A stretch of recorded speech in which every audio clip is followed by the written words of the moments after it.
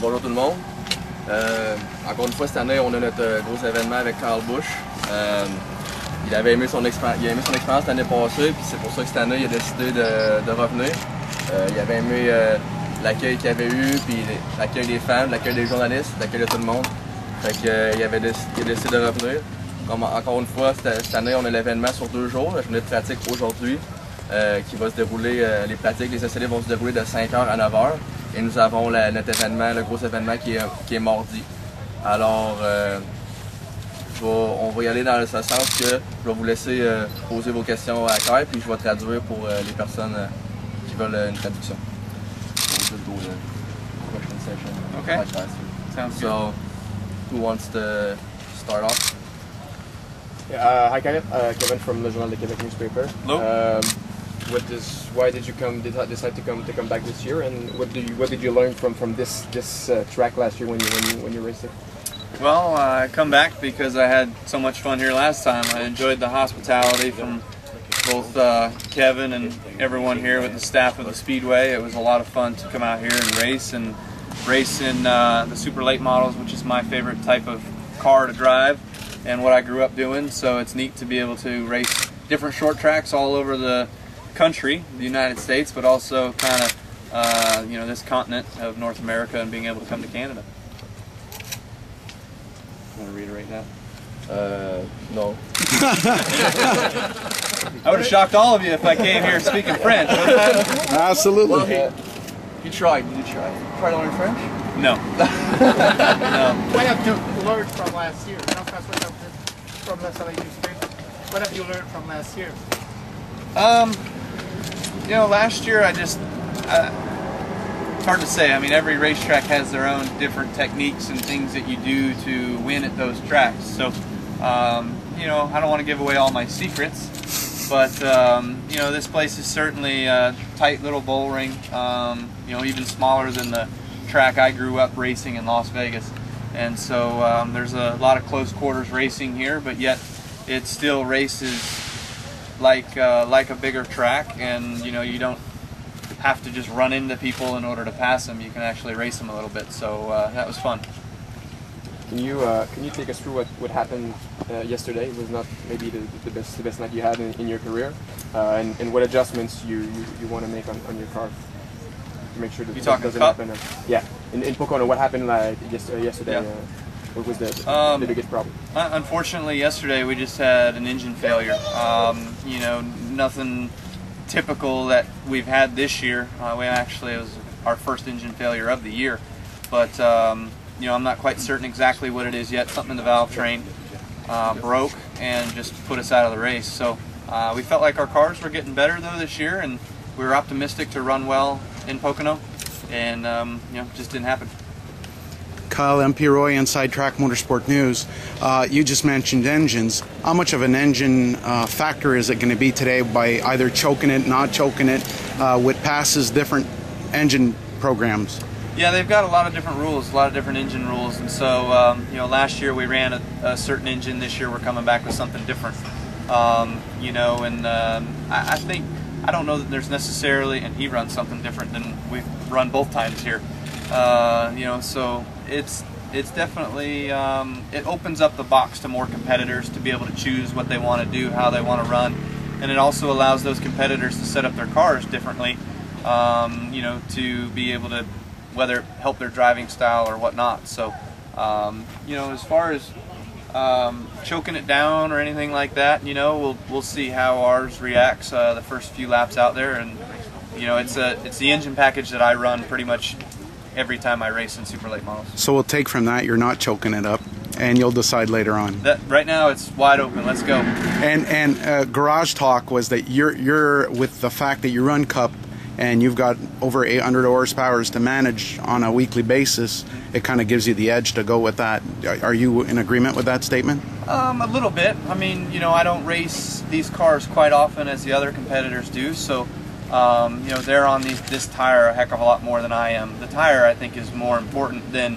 the amount of horsepower you have. You've got to be able to manage that tire and what that tire is able to give you. So me not understanding that exactly, I got to get used to that here, and And you know, you make a bunch of short runs trying to make your car feel as you want it to be, and then you need to make a couple longer runs to see how your car is over the course of a run to make sure that you don't burn the tires up. And your biggest treth? Biggest what? Treth. Johnny Clark, Patrick LaPearl. Biggest competition? Yeah. Yes. From what Kevin tells me, it's DJ me. Shaw. It's me. Not him. He doesn't race enough anymore, you know. So from what I understand, DJ Shaw, same guy that finished second to us last year, you know, he's a threat. He's been really fast in these cars again this year as well. I've been reading up on some of the results around the area. Patrick, I think he just won the 300 2 weekends ago. So obviously that's the ACT car, but he's still obviously doing really well in the super late model ranks. Is it going to be easier for you to push more your car this year because you know the track, you know much about that track, so it's going to be easier for you to try new things? Yeah, it is. What's interesting is when we came here, it was first time we'd been here, so we didn't really know anything about it, and so we learned some things while we were here, and you know, we gave that setup to Ross Kenseth. When Kenseth come up here, he ran it, and he tweaked on it a bit. They learned some things, and I think they learned some things to help us. So we've gotten that information back from Ross and his guys. So you know, now we're going to try to keep going and keep pushing forward, seeing if we can't get better yet. Can you talk about Eric Jones? Why did you decide to come to invite him here? And Ouais, mais juste pour mentionner, dans le fond, Eric, il peut pas venir finalement parce qu'il y a des obligations avec NASCAR. Okay. Il y a des affaires avec NASCAR, fait qu'il sera pas ici. Il y avait comme un genre de séminaire, là. Il l'a fait vendredi. Parfait. Okay. So that's fine.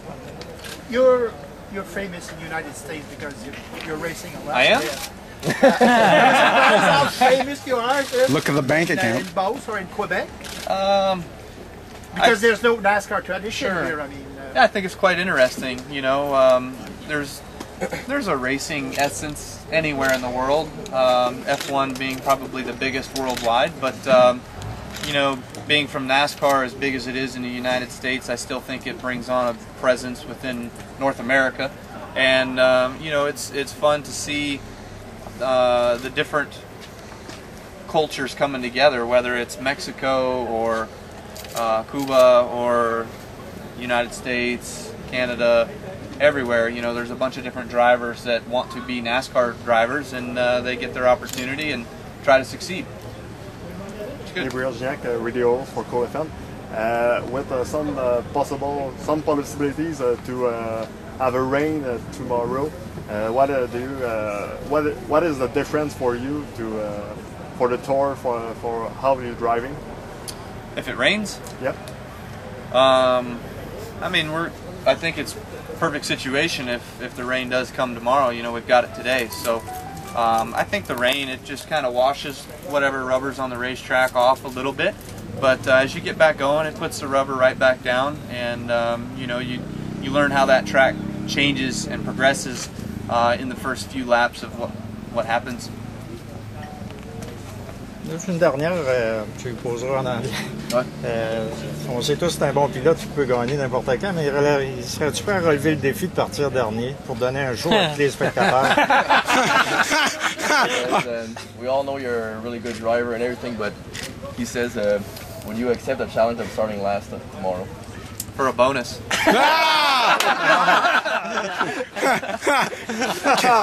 Kevin's got the shirt on. He's ready to negotiate. Now, the real question finish your answer and then. I've done it before. You know, there was actually a bonus years ago when I was 16 racing in Las Vegas. They put a bounty on me, and they said if I started last, that they would give a bonus if we were able to win. And so we took it, we did it, and I started dead last and I ended up winning. Well, they tried to renege on that offer and say there wasn't enough cars in the show for me to win the bonus, and they were like, no way. They said there was supposed to be 24 cars there was only 22, and so they didn't want to pay, but they ended up paying, so don't try to pull that on me. Speaking of money, is Samantha buying shoes right now? New set of shoes for today? She's running around somewhere. I'm sure they're looking. She's a good shopper. She's not an expensive shopper, and I tell you that by experience because I get to see all the statements. So, she does a good job. She's obviously a very trendy woman and tends to enjoy clothing and shoes and whatever else, but she doesn't go over the board.